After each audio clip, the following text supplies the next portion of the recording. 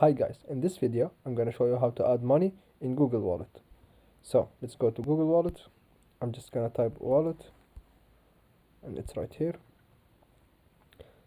Let's click add to wallet, and here you can add all this stuff like a payment card or gift card. So let's click on payment card. Let's click on new credit card.